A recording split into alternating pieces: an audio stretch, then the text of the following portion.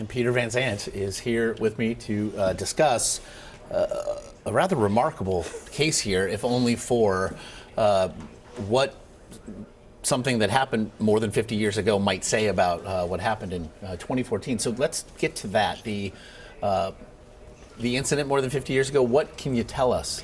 Well, back in 1961, Dr. Stephen Schwartz was a kid living in Hobbs, New Mexico. His friends say that he did some gambling on the side and that he had some debts. And he was in trouble financially, and that he came up with this plan to kill a local dentist who was known to always carry about $1,000 around in his pocket. And so he drove himself over to the dentist's office, goes inside, pulls out a pistol, and as he says, shot the dentist right between the eyes and took the money and fled. Well, it wasn't long before, especially in this little town, everybody figured out who had done it, and he's arrested and convicted of murder. 6 years into prison, he's doing one of these Scared Straight programs, and the governor of New Mexico spots him, is so impressed with him, he eventually commutes his sentence. Stephen Schwartz begins a new life, goes off to Italy, studies medicine, comes back to Florida, and becomes one of the most successful kidney specialists in South Florida.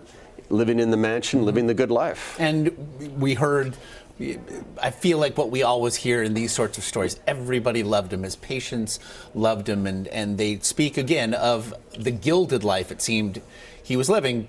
But then we have Leo Straga, the handyman that we just saw there. He insists he's not the killer. We saw that his wife, Becky, was at one point a suspect and yet has not been charged with anything relating to it. Where does that stand right now? Well, where it stands right now, Becky had moved to Wisconsin.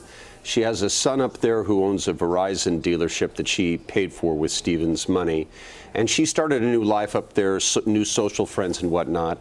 But Dr. Stephen Schwartz's family believes she is absolutely involved in this case. And they have filed a wrongful death lawsuit against Becky Schwartz and Leo Straga, the handyman, because where the death occurred, the hard drive of the camera security system in the house had been removed. 3 people knew where that was. Stephen Schwartz, he's dead, Leo or Becky. And Leo says he had nothing to do with this. And the killer who shot Dr. Schwartz, he was oddly shot in the back of the head first, they believe, by a .22. Well, whoever did that took the slugs out of the skull. The bullets didn't penetrate into the brain. The next phase, they believe, was grabbing a necktie because he wasn't yet dead and tried to strangle him. A necktie out of the master bedroom. Who would know where that was? And then finally, he was cut in the throat with a butcher knife and he bled out. And that very morning, next door neighbors say that Becky came over, shaken, over to her house, just walked into her house at about 9 o'clock in the morning, sat down and said, "I need a beer," and that she had her hands in her face like this.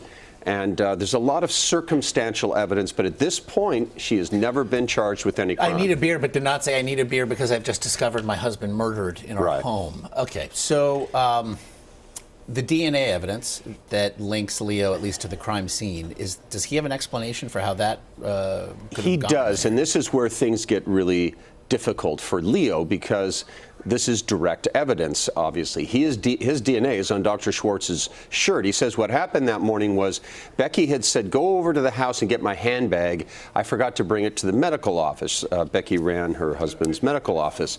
He went in there, found the body, and just moved him over, grabbed his shirt and moved him over to see if he was still alive. He takes the bag back to her and says something to the effect of, "I know what you've done. Why did you do this?" And she said, "Well, you better keep your mouth shut or you'll never get a certain amount of money promised to you for work that you have done." Leo, who is in the country illegally, doesn't tell police what he had found. And he had told 4 different stories of what had happened that day and where he was that day to police. So he is still the #1 suspect, but he has turned on Becky and said she's the mastermind behind all of this. Quickly, I got to get you out of here, but is there anything, if there's a headline that we should know about the marriage itself, what would it be?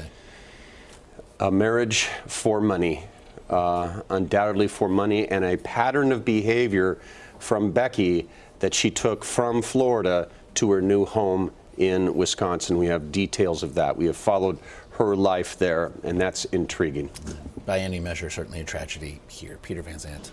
Peter, as always. Thank We you. appreciate it. And you can You bet. see Peter's full report, The Strange Life of Dr. Schwartz, tomorrow night on 48 Hours. Again, part of a 48 Hours double feature, begins at 9, 8 Central, only on CBS.